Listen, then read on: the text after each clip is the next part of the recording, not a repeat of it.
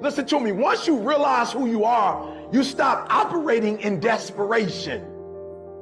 You stop saying yes to stuff you ain't supposed to be saying yes to. So here's my big problem with a lot of y'all is your belief system is off. Like, everybody can see how sweet you are. People are commenting on, you could do this and you could do that, and you the only one ain't caught up with it yet. Gee, why you always on beast mode? I'm shocked more people are on beast mode. There are people who living from check to check and they comfortable. It's the weirdest thing to me. I'm like, boo, you broke. And you broke on several levels. We're not talking about Sally Mae. You still owe your grandma. We're talking about you need to cash your grandma out. Listen to me, unless you number one in your industry, you shouldn't be chilling. And if you number one in your industry, you got enough common sense to know you better not be chilling. Every single day of my life, I feel like giving 120. Every single day. Somebody said yesterday, E.T., you gave 120. What you gonna do tomorrow? I said, I don't know. Give 140. I don't know, but I don't have days where I don't feel like it. Why? Because I'm counting on me. My wife's counting on me. My son's counting on me. I don't have days to waste. There's nothing wrong with the opportunity. You're not giving 120. You're giving 70. You're giving 60. You're giving 50. And you want what these people who've given sweat, who's given blood, who's given tears, you want what they paid for, and it ain't free.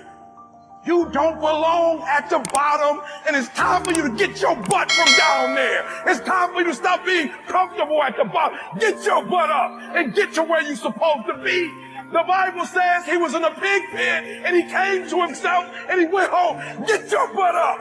You are a royal priesthood. Get where you belong. Do what you're supposed to do. Live like you're supposed to live. You got all the stuff. You got it all. But you will not outwork me because your height has nothing to do with my work ethic. Your face has nothing to do with my work ethic. Your two-parent background has nothing to do with my work ethic. You will not outwork me. On your jet, you will not outwork me. In your Bentley, you will not outwork me. You will not outwork me. Get up.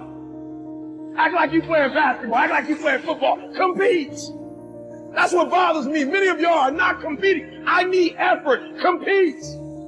Go to class. I just left the school telling these kids, act like you playing football. Go in that doggone classroom. Compete. Many of you have lost your competitive edge. Get your competitive edge back. I'm not against no other motivational speaker. I'm just competitive. Some of you are not successful because every single time you run up against a trial, every time you run up against a tribulation, you stop and you cut off beast mode. And what I'm here to tell you is, if you tell that thing, I'm here just like you here, and I promise you, I ain't leaving without the degree. I ain't leaving. I will not leave without that goal. I will not leave without that dream. I will not leave this opportunity until I get it. You don't punish yourself. Somebody said, E, you losing weight. I punish myself. I don't eat meat no more. That's a punishment. Because I remember when I was eating meat, I didn't look like this. I had to give something up to go up. What do you give up? When you don't make the 203 a day, do you not watch TV? That's your problem. You getting to watch TV and not make money and still survive. You got to hear what I'm saying. The reason why you broke is because you getting a reward and you ain't working.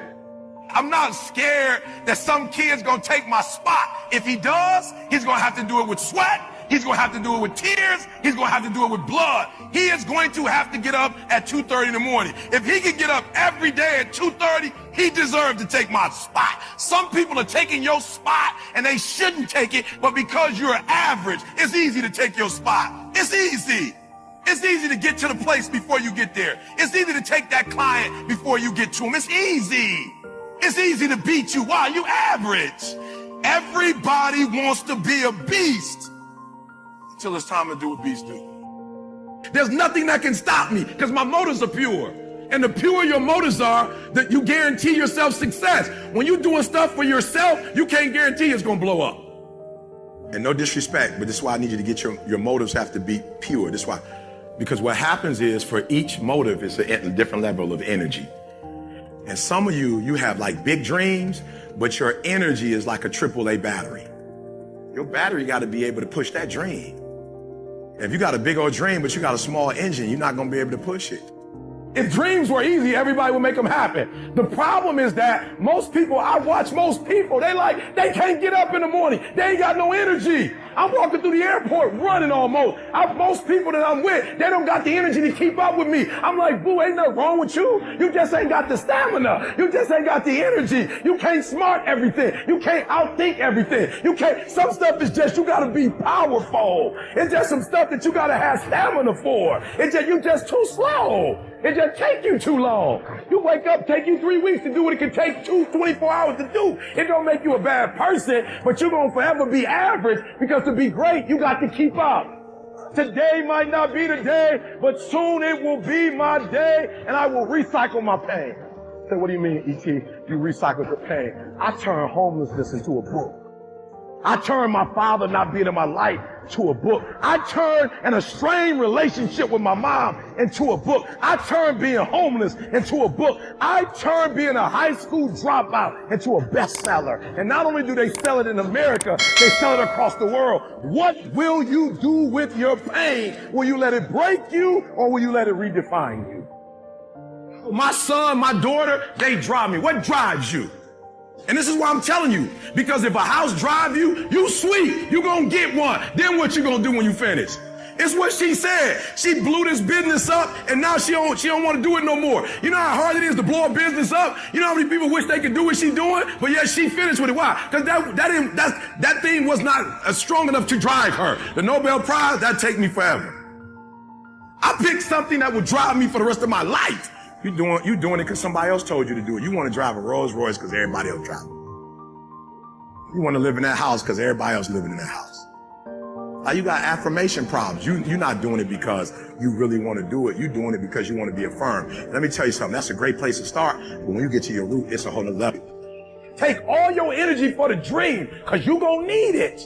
And so if the second thing I can teach you is, for every dream you have, take at least a week or 30 days and write down every single thing that it's going to take to make it happen. And I want you to know something. After you write everything down, you still have not written everything down, because you don't know what's going to happen.